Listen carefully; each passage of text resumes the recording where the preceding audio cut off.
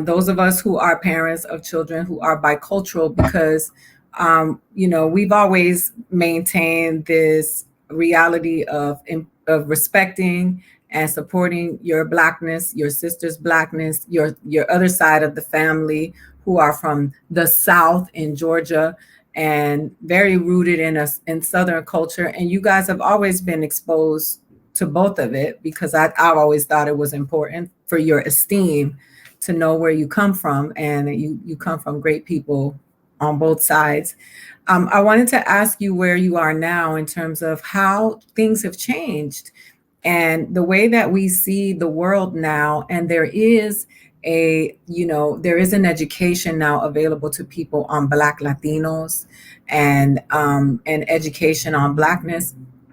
The reality for you is that when you were 12 years old and you and Nathan were walking home from school, tell your story. Oh, well, when it comes to that story, I know it's an awkward story because I didn't really tell you the truth of it at the time. So it was kind of weird for me to tell it now. But I mean, I distinctly remember it had to be a long time ago because we were eating at Quiznos, and I don't even see those anymore. And we were, it was like some deal going on. So we were able to get like 2 sandwiches for like $8 or something. So we went, and it was 4 of us in total. You know, my friends Calvin and Vadim. So we were really multicultural group. There was a Armenian Russian guy, a Pacific Islander Hawaiian guy, me, a Black Latin guy, and then my other friend Calvin, who is a Latin Asian biracial guy. So we had pretty much all the races you could get in one place.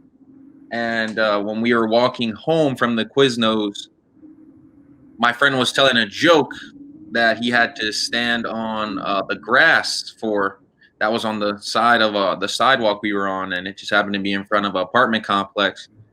And LAPD, they flipped a U-turn around and pulled out guns and drew them on us, who were, I think, 14, 15 at the time, and told us to get on our knees, and were asking us if we had burglarized any places in the area. We fit a description for people who had burglarized the area, and they asked if we had tattoos and a bunch of stuff. And that was probably my first real example of, the issues with the police that Black Americans have, Latin Americans have, because the whole time I was pleading with them, because I was privileged enough to have been in a private institution that was well known for its basketball program, that I was just pleading with the police officer the whole time. It's like, hey, man, I go to private school. I play on a state championship basketball team. Like, I promise. Like, I was basically pleading my case that, like, hey, I'm one of the good ones, and that wasn't something that I was thinking about at the time. At the time, I was just, like, not trying to get shot. But looking back, I was basically pleading with this white officer that, hey, man, like, oh, I'm one of the good Black people, and ultimately, I did get treated differently because of it. The cop put his gun away and started to listen to the words that I had to say. But my friend, who didn't have that same card that he could pull, he went to a different school. He was still being harassed, and they had the gun pointed on him pretty much the whole time they were talking to us. And it felt weird to me because he wasn't Black. He was a Pacific Islander. And it was just weird that card that I pulled actually helped, that, hey, I go to private school, and, I play on a basketball team that's really good.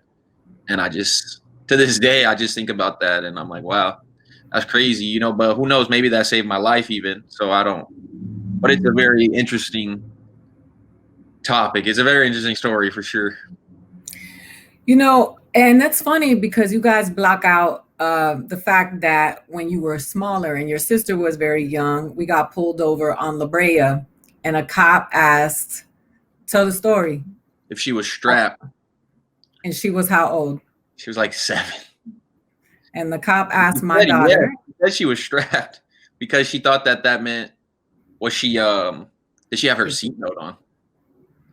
Yes. So they asked a 7-year-old Black girl if she was strapped. So we've been dealing with this. I come from, my uncles who vary within the spectrum of Blackness. And so when when I talk about these things and I'm so vocal and so ferocious, and people don't really understand what my motivation is. They don't know that at home, my precious cargo, my daughter and my son, the things that I love the most in the world, have are targeted. You guys are, it is, people don't realize what it is like. They don't know. And until you experience it and you see the vulnerability, and even still, I don't know what it's like to walk around in your skin, and I always wanted to honor that.